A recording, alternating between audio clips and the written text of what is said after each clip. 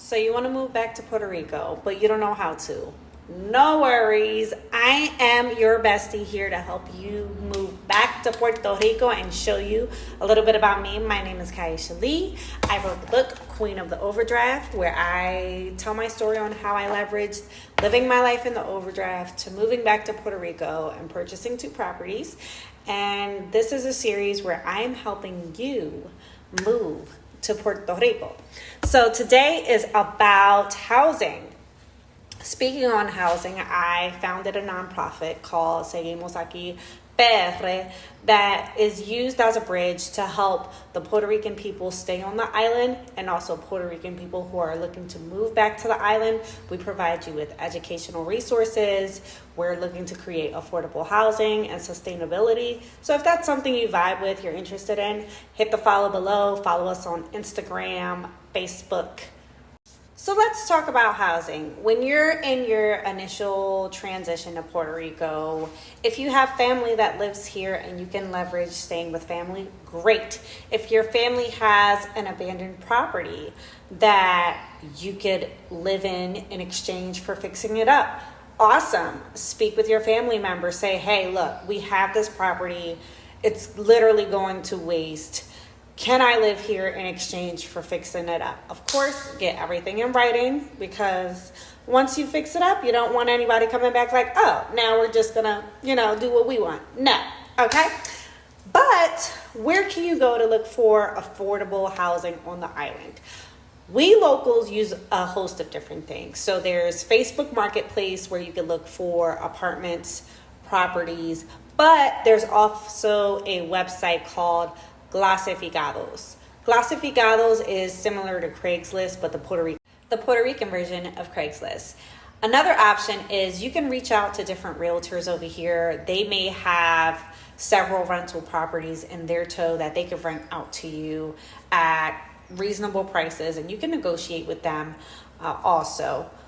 So, say you move over here and you're like, hey, I want to purchase a property. Yo quiero comprar algo en nuestra isla que va a ser mi propio hogar. How do I get started? The first step is always saving. Saving is number one. If you lived on the island for at least 2 years, you qualify for the first time home buyer program, which gives you up to $50,000. Yes, $50,000 towards down payment and closing costs to buy your first property in Puerto Rico, which is amazing. A word of caution with the first time home buyer program. There are a lot of properties that do not qualify for this incentive because they either have like back taxes or structural issues or how the owner is selling it. So when you're looking to reach out to a real estate agent, it's important to let them know, like, listen, I want to purchase a property.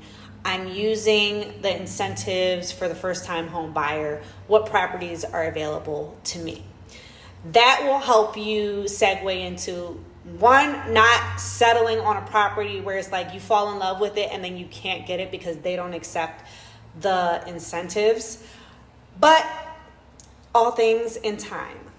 That is an option for you, and it's a great incentive. Like I said, you just have to live here for at least 2 years, also file taxes for 2 years in Puerto Rico. And this leads to my second reason why I want to bring up my nonprofit, Seguimos Aquí PR, because there are a lot of properties that do not qualify for that first time home buyer incentive.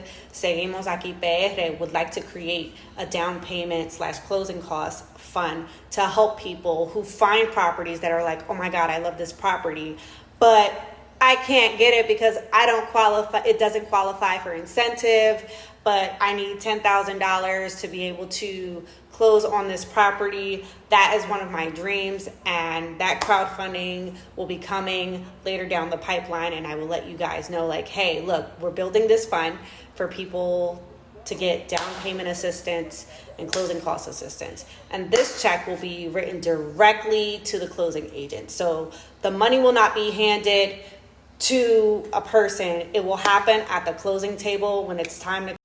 That way we can ensure that the funds are going directly to the intended purpose that it's supposed to be going to. So more on housing over here. There's several different avenues that you can take as far as finding a place that is good for you. My recommendation is just do your research, look up places to live, reach out to family members on the island, spend time here, get a good cusp of like the culture, the people, everyday life, because vacationing on the island and then living on the island are two different things. And I want to set you up for success. So if these tips were helpful or if you have any questions, please feel free to comment below, follow me, and also please follow my nonprofit, Seguimos Aquí PR, because my goal is to create impactful change here on the island, and I can't do it without you.